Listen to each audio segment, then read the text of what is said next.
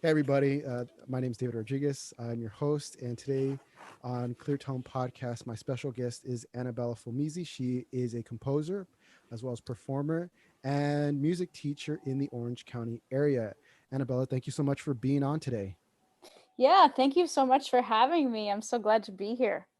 Yeah, great. So I wanted to ask you, um, you're doing all these things. How did you get started? Where did it all begin for you? Sure. So I started taking piano lessons from a pretty young age. I was always interested in music. Um, and then at my grandma's house, there was a piano. And every time we visited, I always loved just playing on her old piano and just kept begging my parents for a piano or something. And so that finally, when I was like 9 years old, they got a piano and I started taking piano lessons. And that was really what started um, my journey as a musician. Okay, wow. Okay. Yeah. And then so piano is your primary instrument, right? Or did you play in music school? Did you like in I guess in public school? Were you participating in any of the public school programs, or you just took piano lessons privately? As far as Sure. So I, partway through in the hometown where I grew up, I was just taking piano lessons, but I was also very involved in my church's music, like playing on the worship team and singing harmony for the lead singers, stuff like that. But the my hometown didn't really have the resources in the public schools to actually take a music class.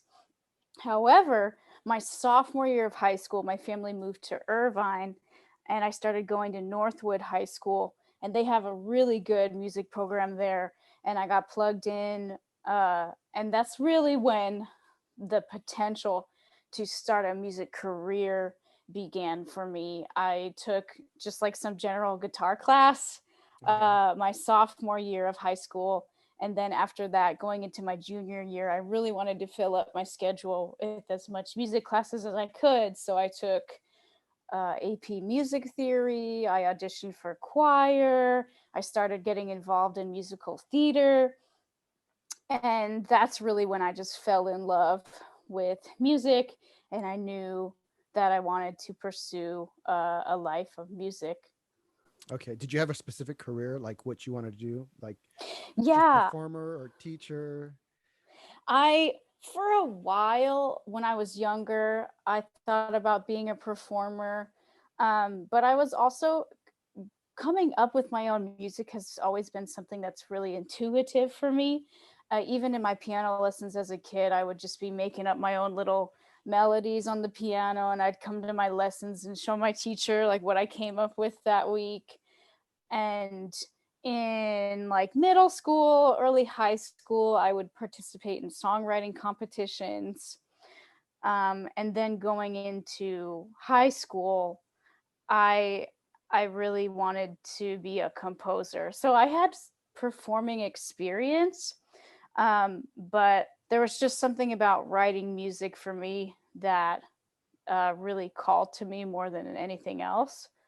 And so I knew that like I would still develop my performing skills because that's part of being a musician, but I ultimately wanted to be a composer someday.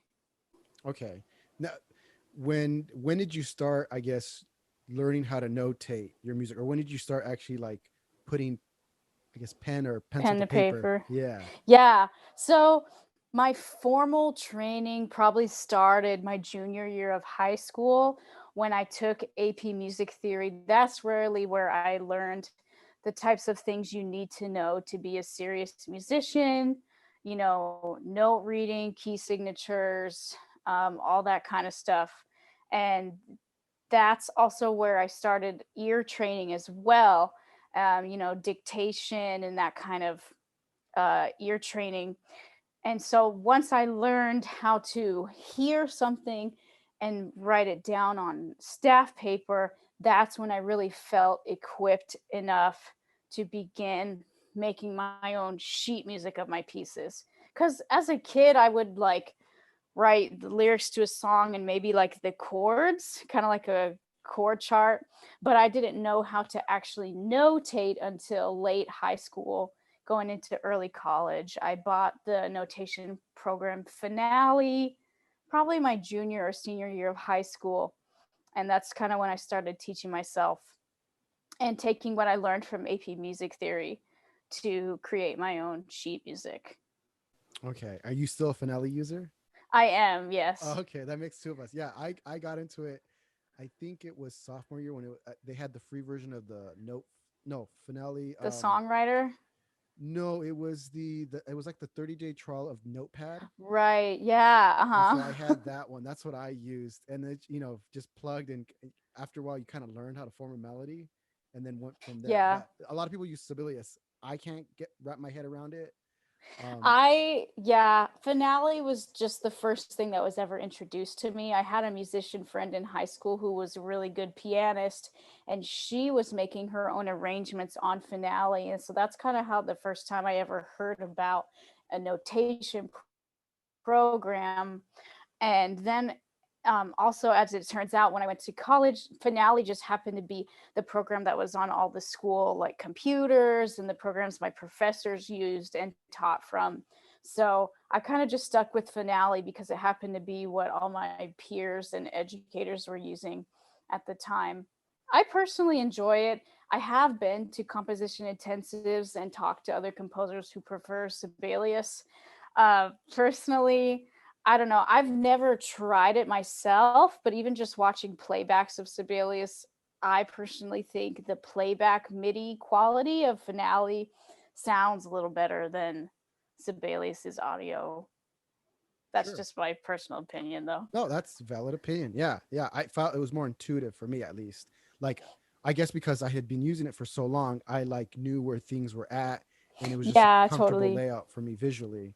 And then Sibelius was just something completely different. It almost looked like open source type Yeah. type thing. So yeah. Yeah. Um, so what was your preparation like? You were talking about your junior year really is when kind of things started happening for you. You start taking a lot of these AP classes, music AP classes. You were getting involved with the choir. You were also involved, I'm sorry, with show Yeah, choir or musical theater. musical Yeah. theater. And so, what was your preparation like when you were making the decision? Okay, it's time to go to college to do a career in music, to have a career in music, and I need to have this degree. What was that like for you? As far as going to auditions and deciding, okay, this is what my major is going to be, and this is what I need to do in order to be successful, so I can get into to one of these schools. Sure. Yeah. So the first time I actually thought about pursuing an actual career in music was, I'd say, towards the end of my junior year of high school. I was in choir, and my teacher asked me to stay after class one day, and she was like, you're really serious in music class, like you work really hard, you take this really seriously. Are you considering excuse me, are you considering a career in music? And that's the first time anyone ever asked me if I wanted to be a musician. And after she asked me that question, I was like, huh, yeah, I think so. Like, I just love music so much. I guess I can turn it into a job. And I started taking private lessons for voice and piano. In college, my primary instrument was voice, but I also play piano. Um, and I'd say then you asked about auditions and things like that. So as I was in choir class in high school, voice started to become more of a primary instrument for me than piano had been. So when I auditioned for college and stuff like that, I actually auditioned with vocal pieces, and also had to take a music theory entrance exam and kind of all that usual college application stuff you have. I For the audition, I had to find an accompanist to play for me and schedule rehearsals and all those kinds of things, and prepare for the audition, and then travel to where the audition was being held and meet some of the professors at the school, just kind of introduce myself, sing my audition, maybe have a little bit of an interview. And then that was kind of it. Excuse Okay. me. So that's kind of how the process was in terms of preparing for college. My private lessons were really helpful for me in preparing for my auditions. That's pretty much where I did all my prep for college auditions, was in my private lessons with my teacher. I chose what piece I wanted to sing, found an accompanist, and did all that kind of critiquing and preparation. Okay. So now that you're in college, right? You've already gone through that process. You're in college. You're studying to be music. What was one of, I guess, can you think back to a time where you said, "Hey, man, this was really, really cool," a performance that you guys gave? Yeah, so I continued on in college in choir. So I continued singing in choir in college. My first year I was in the concert choir, and then after that changed to the women's chorus, and I stayed in women's chorus from my sophomore to my senior year. Um my every Christmas, my school, I went to Vanguard University in Costa Mesa, and every Christmas we have this concert called Christmas Fantasia, and they actually rent out the Segerstrom concert hall to perform for the Christmas concert. And so that was always super special, being able to walk into like the back door performers entrance of Segerstrom and walk through all the rafters and backstage and stay in the dressing rooms and stuff like that, and then sit in the choir loft and perform in that beautiful concert hall. So that was definitely a very special experience, performing in such a beautiful venue. We also toured every spring break, um, across various places in the country, and tour was also a really fun experience with my choir. Yeah, that's cool. That's cool. Um, I went to Concordia, so but Okay. last I think it was last 2 3 years they performed at the Segerstrom. Had you been to performance like a Pacific Symphony performance? Have Yes, you I been there? have been Okay. to my parents. As a kid, my dad loved musical theater and stuff like that. So they took me to lots of musicals growing up, and that was super fun.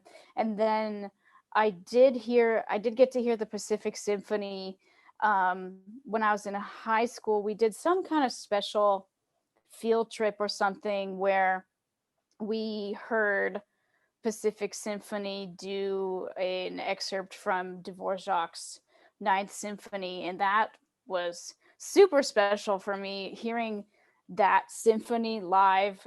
To this day, Dvorak's Ninth Symphony is still one of my all-time favorite pieces of music, because the first time I ever got to hear it was live by the Pacific Symphony in that awesome concert hall. Yeah, so it was cool. Kind of, you got to experience them, and then you were again, like you stated, kind of in the Yeah, I back came full scenes. circle, and then I got Yeah. to go do it myself. Yeah, very, very cool. I've also been a page turner for a pianist at Singerstrom. That was a lot scarier than singing in the choir. But yeah, I Yeah. also got to do that too, which was really fun. Oh, that's really fun. Yeah, that's nerve wracking. I see that, and I'm like, man, I hope that person doesn't miss like a page turner. Like, you have to keep up with them Yeah, because if yeah. you, yeah, because you can get lost, and it's like, well, I don't know when to turn the page. I've seen they do like compilation videos where they have like page turn Yeah, where channels. the fails of the Yeah. page turner fails. I actually a hack the pianist taught me, because they didn't you'll see a lot of people like lick their fingers right before they go to turn a page, but that's kind of gross, and it also doesn't look super professional in front of an audience. So what I did is I got a paper towel and I made it damp from the sink, and then just like hid it in my hand and just like kept my fingers on the damp paper towel. And then whenever I went to turn the page, I just, that way my fingers were ready to grip the corner of the page. So that's Smart. That's kind of a smart. little hack I have for page turners. Yeah, there you Yeah. go. that useful information. Like I would have never guessed that. Yeah. Um, yeah, cool. Yeah, that's really cool. I think I know in my time, those Christmas concerts that were put on were always super special. Um, and so that's great that that was for you. Is there any funny story that you have during your undergrad Oh, experience? definitely. Yeah. So speaking of the ensemble, so they have this tradition of whenever you're new to any particular ensemble, you get initiated. So when I changed from concert choir to women's chorus my sophomore year, um, I was rooming with two other music majors. It was kind of cool. We were all music students dorming together, and all three of us in the same semester auditioned or got into new ensembles. And so in the same week for like 4 nights in a row, we had people pounding on our door at like 2 in the morning being like, initiation, come out of your room, and like they drag you out of your dorm in the middle of the night and blindfold you and like make you follow them around campus and do all these crazy things. And so it happened like 4 nights in a row all in the same week because each of us all had made it into different ensembles at the same time. So we had like 4 initiations all in Oh, like the same week. Yeah, it was fun. It's definitely one of my favorite memories. It was cool because then the next year I was an officer. I was the librarian for my women's chorus. And so I got to be part of the group that planned initiation. okay. So kind of like payback um, for when I was initiated. When I got initiated into the women's chorus, the an abbreviation we have for women's chorus is called Dub C, like Okay. W and then C for chorus. And so we were guppies in the Dub C, like SEAC. And so they made us wear these like fish hats and sashes that said guppies Okay. all day for like 24 hours. And then for the next 24 hours, if anyone saw you on campus from women's chorus and said fish out of water, you had to do this stupid like fish face and Okay. gesture. And so that day I was in conducting class, and the professor called me up to conduct a little bit of a snippet, and I'm up in front of the class conducting, and my classmate who is also in women's chorus with me just gives me this look like, and I was like, don't you dare. Oh, and then she said, fish out of water right as I'm in front of the class conducting. So I had to stop and do this stupid like thing. And then my professor's like, what are you doing? Why did you stop? Yeah. So yeah, that was kind of annoying, but it was fun. That's funny. And they didn't they have no clue as to what that meant, No, in the they were context. totally oblivious to what was happening. Yeah. That's funny. Oh, that's a good one. Yeah. Yeah, so that was fun. Yeah. Fish out of water initiation. I actually still have the jar they gave us. Let me see. Um yeah, I had the you're officially in Dub C. And Oh, then okay. over the years I filled it with shells from the beach because Well, that's Vanguard's cool. like 10 minutes from the beach. But Right. yeah. Yeah. We're so close to the beach. That was always the fun part about being at Concordia was like you could just go to the beach. I don't I know, uh it's so nice. yeah. We used to go to Crystal Cove. I think it was Yeah. Turtle Hill. Turtle Yeah, Rock. Turtle Rock. It was Turtle Yeah. Rock, and then you took it all the way down to I think McFadden or something, and it would just take you down. So those were Yeah. those were fun That's times. fun. Yeah, you just take PCH, or for us it was Harbor Boulevard. You Right. just take that straight to the beach and you're there. Yeah. Yeah, Yeah. You super guys were cool. much closer, or you guys are much closer than Then Concordia. Concordia, yeah. Right. Yeah. It's But yeah. anyway. Anyhow, that those are times Yeah. past. So Yeah. but it's always fun to go back and reminisce on it. I wanted to ask you, as Definitely. you have your experience, you did your undergrad, um, what ways were you prepared to go out into the world and be, a working musician? Like, what were some of your experiences there? Sure. So, as a composition major, I obviously had to do a lot of writing and then also organize performances for every piece that I wrote. So, every semester, I had to compose a piece and then find performers, set a date, book rehearsal rooms, book the venue, make the program, and all that stuff every semester for the performance of my piece, and write the piece in enough time for the performers to have time to like learn it and practice it. So that was definitely something that prepared me to be ready to know what to expect if I ever want to host my own concert or get a piece performed. um yeah, also just like knowing you kind of have to do a lot of stuff yourself in the beginning. Like if you want to record yourself, doing an album or making like a video of yourself performing, like you have to find all the people that you need to make that possible. Like if you're a singer, you have to find an accompanist, you have to come up with the funds to pay the accompanist, you have to find a videographer, you have to book some kind of venue to perform in, and organize everyone's schedules. So that was definitely something that prepared me for real life, because I've been fortunate enough to have a couple concerts of my pieces being performed since graduating, and that was definitely helpful, um, to be able to prepare for real life composition concerts. Yeah, that's um, great. Because yeah. there's not a class where we talk about that. Like, oh, you want to, in a week's time, you should be, contacting these people, whatever. It's like you have to put it in practice, and that's kind of the best way there. Yeah, definitely. And like you don't want to procrastinate, especially if you're a composer and you have a deadline for a certain performance, which is a gift because it's pretty rare. It's hard to get your pieces performed. So I was very thankful to have that opportunity every single semester. Um, but it taught me not to procrastinate, because if you finish your piece late, then the performers don't have as much time to learn it, and then the performance isn't as good quality, and everything.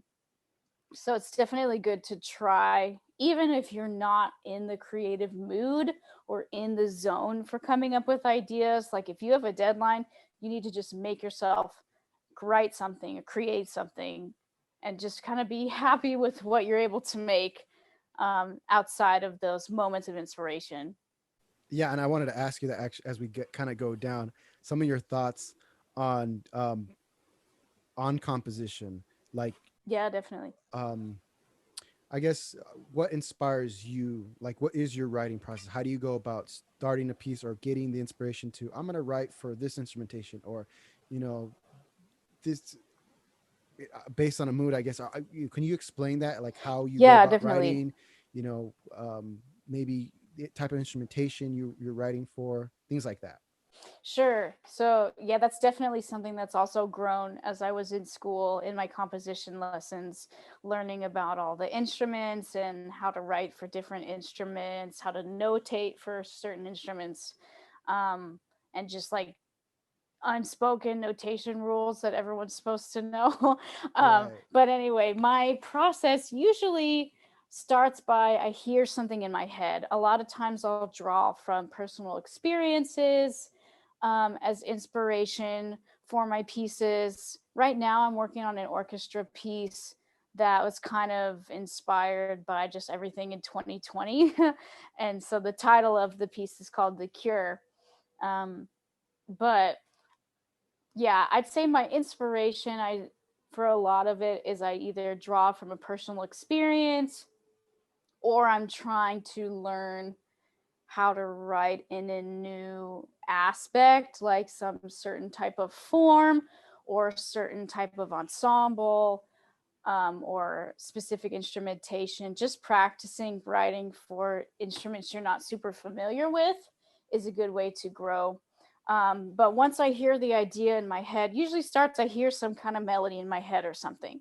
So once I hear the idea in my head, I usually take like my voice memos on my phone and just sing it or play it just so I don't forget it. And then when I have the time, I will sit down at the piano with my little sheet music notebook. Here, I'll show you. I have this like manuscript book, and some of them are just like sketches of the form of the piece.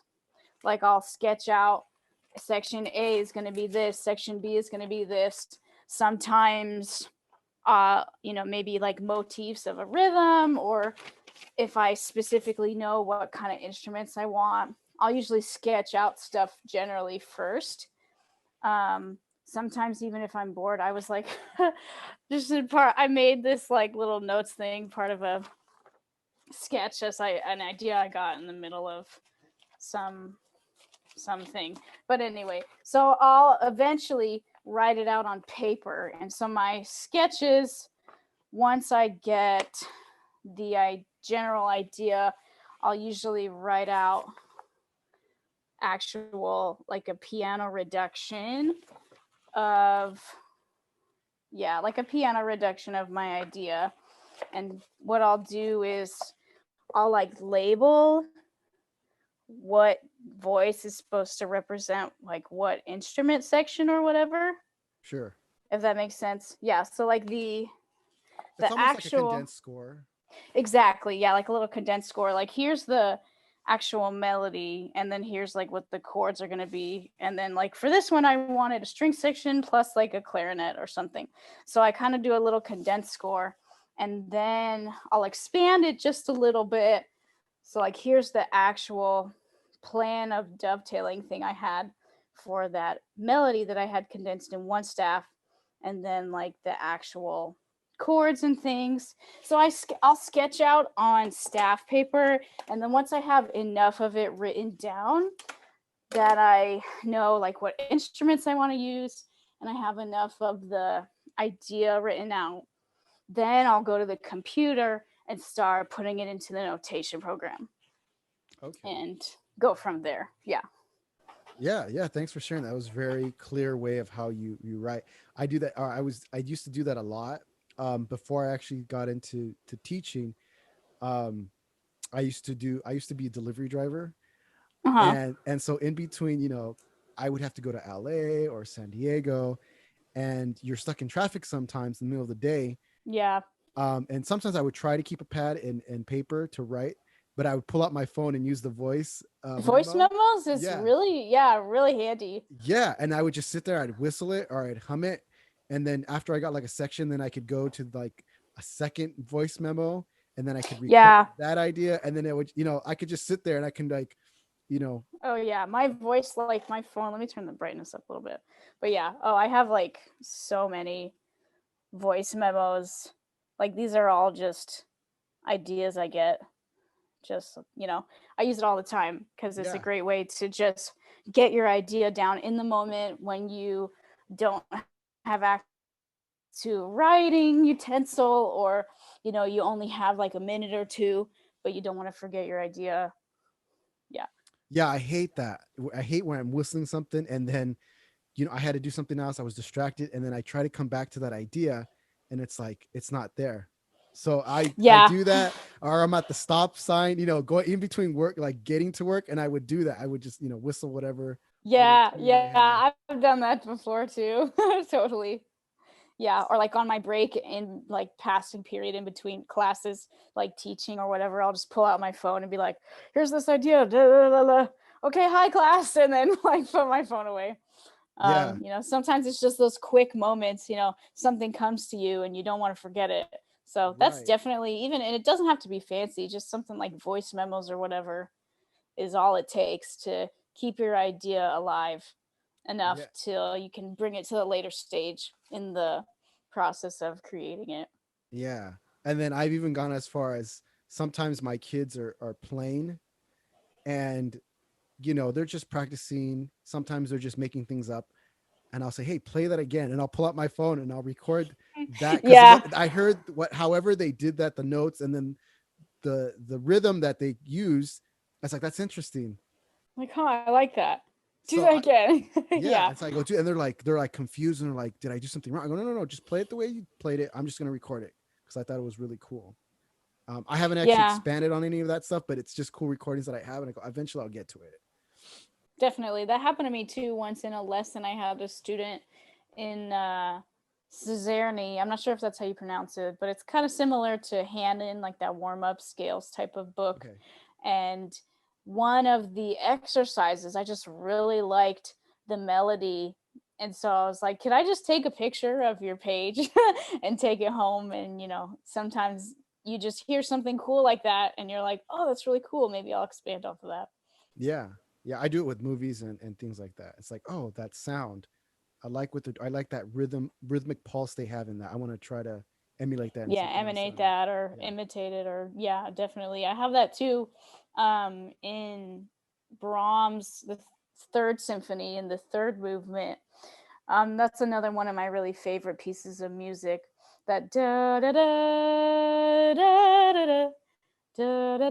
da da da da da da da da. Anyway, um, there's this one moment in that movement. It originally starts in the cellos, and then later goes into the violins. But at one point, after he's gone into a different B section or whatever and comes back to that original theme, it's played on the French horn. And I honestly didn't realize it was on the French horn until I heard the piece performed by a live orchestra and I saw the French horn play and I was like, oh my gosh, that French horn blends so well. Like I want to use that same type of orchestration in my music. Yeah, great. What how do you write, or some ideas? I know some people, if they're not comfortable writing for an instrument, they go and they're like hearing a bunch of people, or they ask their friends to come and play. Have you done that? Is that, how do, when you're not comfortable writing for something, how do you go about trying to get a better idea of how to write for that instrument? And for like, I'm a trumpet player, and so Mm-hmm. I know intuitively, well, I'm not going to write a bunch of notes with no rests. Like at some point there Yeah, needs to be a you gotta rest. breathe. Right. Yeah, Yes. So for you, I guess for other instruments, they have to do certain things, well, yeah, certain things about their instrument. How have you gone about learning more about them? Is there any books you sure. recommend, or people you've hung out with that, hey, show Yeah. me? I don't know if I have it on my shelf here. Studying orchestration. Um, by Adler, Samuel Adler. This is a really good book. This is the textbook I used in college in my orchestration class. I definitely would recommend this. And also, this isn't the textbook, this is the workbook. It comes with another textbook. But something cool about the workbook is just has lots of excerpts for you to practice with and learn from, and kind of try your own thing as well. But this is definitely a book I would recommend. I learned a lot about different instrument orchestration class. That was super useful for me. But also, I would recommend, like, if you're not in college and you're just trying to teach yourself, just try to talk to someone who plays that instrument. I had a percussion piece I was writing at one point in my undergrad where it was my professor challenged me to write for just instruments I didn't know. So I wrote a piece entirely for percussion because I wasn't super familiar with percussion. And so it forced me to seek out some of the drummers and percussionist students at my school and just set aside a time to meet with them and just ask any questions I had, ask them about notation, um just anything you're curious about or not familiar with. And I took actual like videos of things of him playing and him just saying like, this is a common groove for 6/8 or whatever, and then just demonstrate that. I'm sure there's probably lots of stuff on YouTube as well if you want to teach yourself. I'm sure there's lots of demonstrations. Oh yeah, YouTube. Definitely, if you just search a specific instrument and then general demonstration, there's lots of performers out there that have demonstrations of their instrument that you can learn about. Even just googling like the range of an instrument, and knowing like this is the lowest note, this is the highest note, and you don't want to go off just like the range. Sometimes it's good to also know like the clarinet is stronger in the lower register and can be kind of squeaky in the high register, or like the flute can start to sound really shrill up in like the highest parts of its range. It's good to know more than just the range of an instrument, but also where's the strong part of the range, where is it naturally louder, where is it naturally softer, does the instrument change in tone as you go up through different registers. Things like that is important to know. Like, do they need to breathe? Are there certain things that are impossible to play? Like for a string player, if you want to write for something with harmonics or something, research like if it's possible to play a certain harmonic. Like, don't write a harmonic and a normal arco note at the same time. Like, that's not possible. Certain things like that, you want to research about the instrument, maybe just look online for stuff, or just personally talk to someone who plays that instrument if you have any questions like, is this possible? Is this playable? Where's the lowest you can do? Could you play all these notes at the same time? Or whatever. Yeah, sure. Do you have a favorite instrumentation or ensemble you like writing for? Yeah, I love, it's kind of ironic. I love writing for a string orchestra. To me, it's so beautiful. And some of my all-time favorite pieces of music involve just really lush string sections. Um, but it's really hard. Realistically, it's really hard to find string players who are willing to play for new music, living composers, especially pro bono. So, because of that, I've drifted more towards brass and woodwinds because it's realistically easier to find performers for those instruments. Um, but I do love strings. That is probably one of my favorite is to write for strings. Yeah, Um, that's cool. yeah, Yeah, but we're simple-minded folk wind players. We'll play. they're great. It's just, and it that happened to me when I was preparing for my senior recital. I had a rehearsal one night with the orchestra, not orchestra, sorry, string quartet.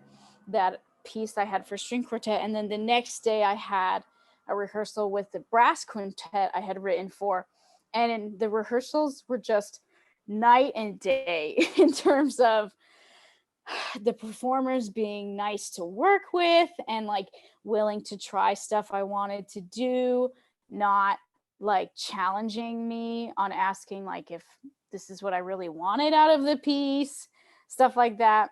Whereas like the brass players like actually helped me set up like chairs and music stands before rehearsal, and they were just super personable and just happy to play my music, didn't make me feel like I was yanking on a chain to get them to play a piece for me, you Sure. know. So, yeah, in my personal experience, and I know not all string players are like that, but in my general experience, it's been more pleasant playing or working with brass and woodwind players because they're just more willing to play for free, which Right. is, yeah. Uh, Yeah, just saying it like it is. Yeah. Right. Yeah. Yeah. That's a hard truth sometimes. Yeah, Yeah. that's fun. Yeah, that's fun. Um, would you consider writing for like band or like school groups, school bands, like a school string orchestra, a school wind well concert band, I guess. Yeah, I've definitely thought about that. I had tried to reach out to my old high school teacher and been like, hey, here's some pieces I have. Would you ever be interested in playing these? Um, and I haven't had a ton of luck in terms of like getting schools to play my stuff. Um, but it's definitely a route you can take if you want to have like a ready ensemble to write for. You just have to keep in mind the skill level, though. You don't want to make the music too hard for the students. Right. Yeah. with I guess with the more when you procure players that are in the professional community, that you don't have to worry about that so much. Yeah, Uh, even then though, well, something else. sometimes you Yeah, do, but yeah, even like something I also learned from having my pieces performed in college was that the first performance is always the worst. Because it, like me, if you hear the song in your head and the more you write it, the more you think about it, you start to dream of what it's going to sound like. And then when you hear it in real life and it's not that, it can be disappointing, but that's also just something you have to learn, is that the first time your piece is ever played is probably going to be the worst it's ever going to sound. And then the more it gets played, the better it'll become and the closer to what you dream of it sounding like.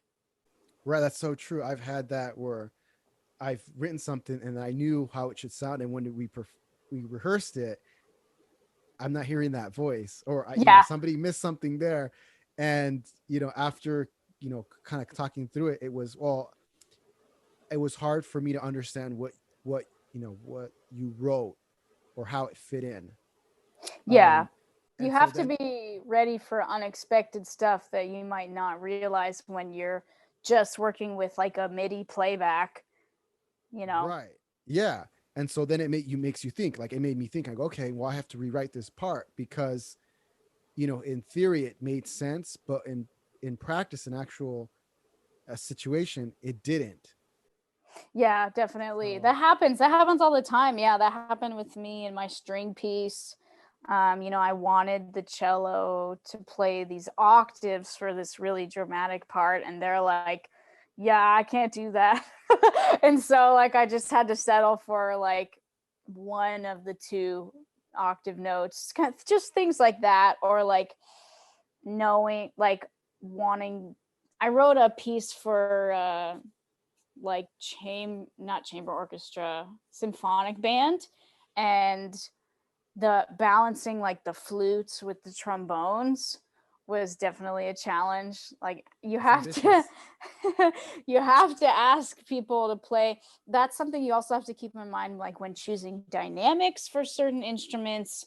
If you're ever making a piece for an ensemble where there's different instrument families like brass and woodwinds and strings, always, always, always make the brass dynamics 1 to 2 levels below what you want to actually hear, and then you'll get what you want.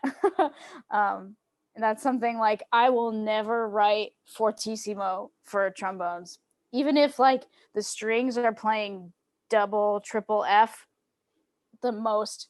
If they're playing at the same time as the brass, I'll make the brass like mezzo forte and maybe forte, and then it'll balance out in real life. Yeah, yeah, and that's also really interesting, when you're playing live, or I guess when composers are around when they're alive as opposed to when they're not. Obviously, this example is like really really small example, Mm-hmm. but that idea of how they intend something, how something was intended, to how it gets performed based on the conductor and how they're able to interpret their music. Interpretation of the just the music, yeah. Right, yeah, yeah, and um I guess I'm appreciative of when there's some program notes and some specifics as to what the composer's intentions were. Like, it becomes daunting when it's like, I want it to be, when the note is like almost a paragraph long. It's like Yeah. forte, but not too loud, not as forward from the bell, and it's like think something, and then Yeah. it's like, okay, well, I'm not quite sure what you want from that, what you want that forte to sound like, but Yeah. yeah, That's definitely can be a challenge, is translating what's in your brain to something comprehensible to any performer that just might pick up your music and be like, okay, it says this, and get them to play as close to what you're trying to communicate. That just comes with time and practice. And as you gain more experience with performers and different types of instruments, playing your music, you'll learn like what some people prefer when it comes to notation and things like that. Like one time I was at a composition intensive and we had a guest cellist demonstrating their instrument. And then the next day we got a little piece for cello. And then the next day he was sight reading all our pieces. So we got to hear it, which was really cool. And I wrote this little thing, and I was trying to be the little excerpt was about like some girl strutting in high heels, but then she trips and falls off her high heels. And so like in the tempo, something I've learned, like you can be creative and descriptive in things like maybe the word that goes with the tempo marking, but like when it comes to like a specific articulation, like a staccato or whatever, that's going to be what it's going to be. Like you can put sassy in like quarter equals 64 or whatever. But like if you try to put sassy over a staccato, he actually did that. I put sassy over a staccato note, and he's like, and he's like stopped, and he's like, okay, this makes sense, but demonstrates the pizzicato. Is that really sassy? How can I make a pizzicato sassy? And so that's something I learned, that like there's definitely a line between like what you envision for something and how it's actually going to turn out. And you kind of just have to accept sometimes that it's going to be what it's going to be. Like you can do as much as you can, like I said, like in the tempo marking, put confident or whatever, and like the tone of the piece, that'll kind of give them an idea. But like if you're just putting accents or staccato or anything like that, it means has a specific definition. And if you try to add like any kind of phrasing or whatever to just like a single articulated note, you might not get that kind of it might not actually happen in execution. Right. Yeah. I'm gonna start doing that with like quarter rests. Uh, Cumbersome. No, I don't know. Yeah. Just over like two quarter notes. Yeah. Cumbersome. Yeah. I wanted to ask you a little bit about yeah, like your mindset on performing slash practicing. Um, Primarily, what do you do mostly as far as your performance goes? Do you even get to perform? I know right now we're in I the know, yeah, with pandemic. COVID and everything. But before, I could you talk a actually, little bit about like before COVID, sure. what you were doing as far as performance was concerned, and like how you prepared for that, and what your practice kind of looked like? Yeah, definitely. So, like I said, I was a singer, and so I sang in choir a lot. And so, choir had a lot of performances, especially going on tour. You're singing, every day for like 7 days in a row, and traveling and stuff like that. Um, in terms of preparing for a performance, I also had what they called music chapel in our school, where every Thursday morning it was like kind of a recital, and that was one of the ways you had performances. That's how you got your required performances for your like applied lessons and stuff, was in music chapel. And like Oh, you if were I was part of the chapel performing, group. That was part of like chapel. You performing? yeah, so Oh, okay. they had like normal chapel like almost every day of the week. And then every Thursday the music majors went to music chapel where we would perform like whatever we were practicing in our private lessons. Okay, and that was part of the service. Oh, that's interesting. Yeah, it was cool. Like we would sing hymns and like do a like beginning of like a traditional liturgical service and prayer and stuff, but then we go into like recital performances for the rest of the session. Well, that's cool. um Yeah, it forced but everyone to yeah, be there and watch you perform. yeah, and it was required to attend as a student, so like everyone you knew was there every time you performed, which is fun but also scary, I would say. So preparing for a performance, it kind of depends whether you're in an ensemble or soloing. Like in an ensemble, the mindset is more like to just contribute to the group and do the best you can. Whereas a solo is really your opportunity to show what you individually can do, and there's nothing to hide behind. So there, in my opinion, there's a little more pressure in a solo performance. um, Obviously you want to practice as much as you can. Don't procrastinate. Practice is not something you can procrastinate. Like a lot of people in the end of the semester when they had their juries, they're trying to memorize all their pieces in like a week or two because they didn't practice all semester. And obviously that's not going to go well. You have to put the time in on a consistent basis if you want a quality performance. The more you do it, like if you're struggling with, I don't know, performance anxiety or being nervous in front of people, that's something that becomes more and more comfortable the more you do it. um, I personally just tried to know my music inside and out, forwards and backwards, as well as I could. And just try to be as professional as you can. You know, don't be cocky, be easy to work with. It's so important to be good to work with. That's like the main way you get called back for gigs, is by being flexible, easy to work with, communicating well, responding quickly, stuff like that.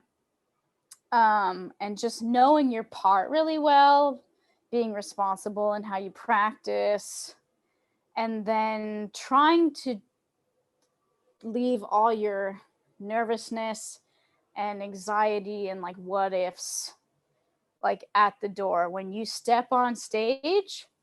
Like just don't distract yourself with who's in the audience, who's listening to me, blah blah blah blah blah. Just think about yourself, think about the music that you've practiced, and trust yourself that you know what you're doing, and just try to do the best you can in that moment. um, and that's what I would uh, suggest to people who are trying to improve in like performing. No, that's yeah, that's good. Do you suffer, or was there a time that you ever suffered through performance anxiety? Was there a way you coped with it? um yeah, kind of. Like I said, as a kid I was really involved in church, and I actually grew up as a pastor's kid, and so, excuse me, not by choice, I was in front of people kind of all the time. And that was really what got me comfortable. Excuse me, sorry. That's what really got me comfortable, being in front of people and just getting used to people watching you. Was like playing in worship team every single Sunday, and stuff like that.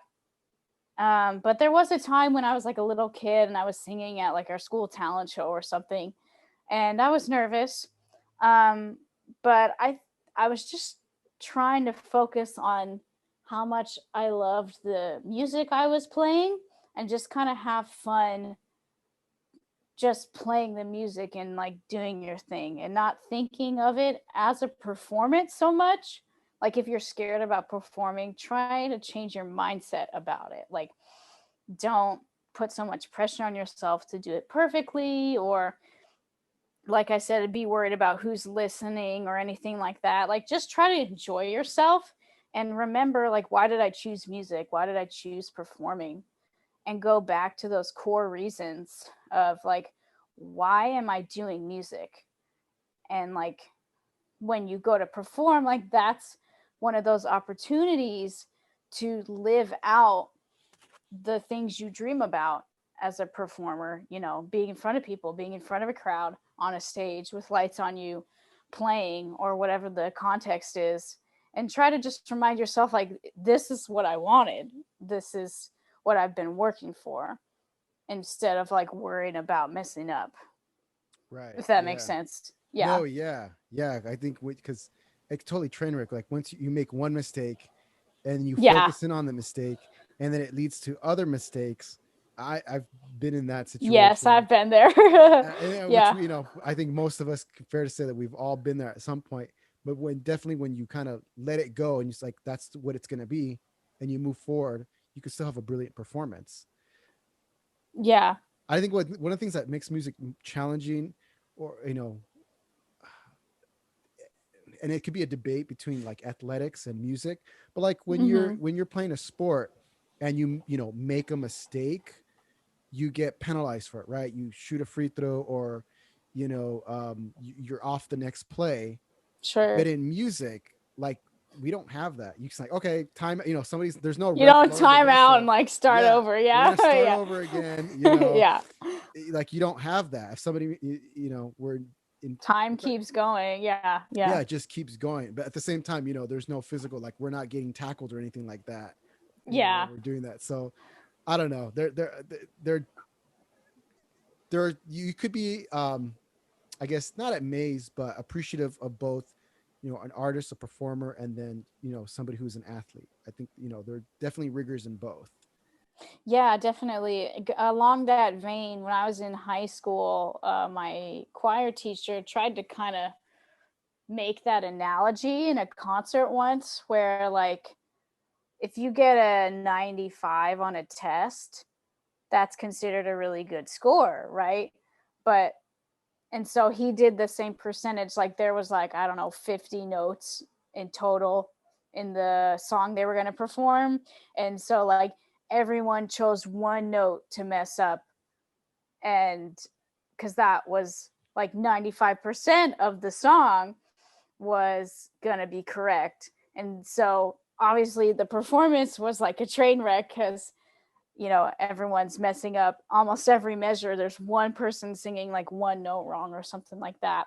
And just shows like your music, like if it's not flawless, like sometimes that's noticeable. Like it's not like you can settle for 95% quality in like accuracy of your notes or whatever. um Right. No, yeah. That's so I've always used the analogy with my students. Um, like, a basketball team, right? Your best five players are on the court, or best nine players on the field for a baseball team. And I said, I don't get to pick and choose who gets to play. You all have to play. you're all playing, yeah. Like, we're all Hmm. playing, so you all have to carry each other. So that's why it's super important for you to to practice and make sure that you're not letting the people, around you down, because that's who you're hurting. Because I can't Yeah. just say, oh well, it doesn't look like you're learning your notes, so you don't get to play this concert. It's like, I can't do that with Yeah, this. It's not the same you as a can't sports team. sit people out in a Yeah. concert, yeah. So, but there are a lot of great analogies you can use between music and sports, and then obviously create thinking, or create the wheels to start thinking about these things. Like, yeah, how you said the 95%. Like, if we did a 95% performance, you're messing It's up. still not going to be considered like a good performance. Yeah. Right. Yeah, that's a good one. I've not thought of that analogy. Yeah, Great. it was definitely, yeah, definitely got the point across. Yeah. Yeah, yeah. I wanted to ask you, best piece of advice you would give someone looking for a career in music. Sure. So, um when it comes down to it, connections and networking is so important. A lot of, like, if you're going into performing, a lot of how you get gigs is through who you know, or you showed up at some rehearsal to sub for someone once and you played well, so they got your number and now they're calling you for this other thing. um so like getting your name out there, meeting people, trying to make connections and build relationships is super important.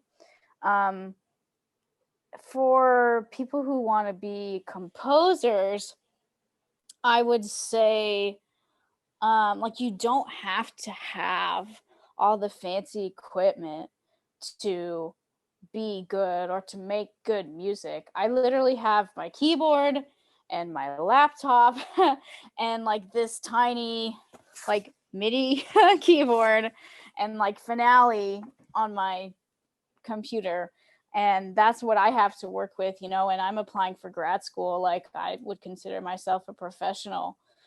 So like don't feel like you have to be held back just because you're not able to get your hands on a ton of fancy equipment. um, Work on your skills as best as you can, especially ear training is super important if you want to be a composer. Like learning how to hear something and write it down on paper Because like if you hear a song in your head or a melody in your head, writing it down from your head to staff paper is very similar to the process of like if you're doing dictation exercise where your teacher's playing some kind of excerpt and you have to write down what you hear. So that's definitely an important skill, I would say, as a composer. Try to meet as many performers as you can, and make lots of contacts with people who play various instruments if you want to have those contacts for a performance. um And even folks who record or who know how to do yeah, sound. definitely. Sound editing, audio engineering, people with like sound equipment. Yeah, all that kind of stuff. Very important to make those connections because people will do stuff for you. It's like if you're friends with them, like they'll play for you for free. They'll let you use their equipment. Like people will help you out if you have that relationship behind, you know, the request. Right. Yeah. Yeah. That's a good one. That's a good one. Um, if we put uh, whatever device you use to stream music on shuffle, what are some things we can expect to hear? Ooh, good question. Um, I have like a workout playlist. That's like the soundtrack to like action movies, like Wonder Woman and stuff. I have some classical symphonies. I have some jazz combo stuff. And then some like contemporary worship songs. Um, yeah, I'd say that's kind of what my library consists of. Cool. Yeah. Yeah. If you could be any artist, musician, composer, who would it be and why? Hmm. That's a great question. Like that has passed on or someone They that's could be alive alive. today? Yeah. Doesn't matter. It's a great question. Um, I really like John Powell. He's super cool film composer. He's written some really awesome stuff. I follow him on Instagram, and I just love like seeing the place of like what I dream of being at someday, like seeing someone in that environment and at that point in their life and their career is very inspiring. So like if I could be someone that composed for film and is having their music constantly recorded in like state of the art studios by world class performers, that's definitely a dream for me. Yeah, that's great. That's great. Cool. Um, best piece of advice you received? That I received. Yes. Best piece of Hmm. advice you've ever received? I would say to just be flexible and stay open minded about like what kind of jobs you're going to take. Um, because the kind of harsh reality is that like you may have a specific dream of what you want to do or what you want to pursue, but it could take many years to reach that point. And so in the meantime, you're going to have to work a day job. You're going to have to be willing to take other types of maybe music related jobs, but they're not like specifically what you want. Like I've scored a lot of short films on my tiny MIDI keyboard, just like staring at the same scene over and over and over and over again till I like record it just right. I teach elementary music and I teach piano and voice lessons, just because it's something that pays the bills and it's happens to be music related. Um, so I would say like try to be open and flexible, especially in the beginning stages of your career, to jobs that are just like somehow related to music that make money. Like if it makes money and it's music related, just take it. Take it for the time being. Like you'll not be stuck doing that forever, but you might gain some kind of skill or really cool experience that might be useful to you at some point in the future that you don't know about. Um, and just all the while, like, keep at it, at what you actually want to dream of doing someday. Like, don't let that go, but realize it could take a long time, and you're going to have to figure out some way to pay the bills in the meantime. Yeah. What would be one thing you would like to accomplish this year? Yeah, so I actually am applying for grad school right now. So I would love to get accepted to grad school and start my master's.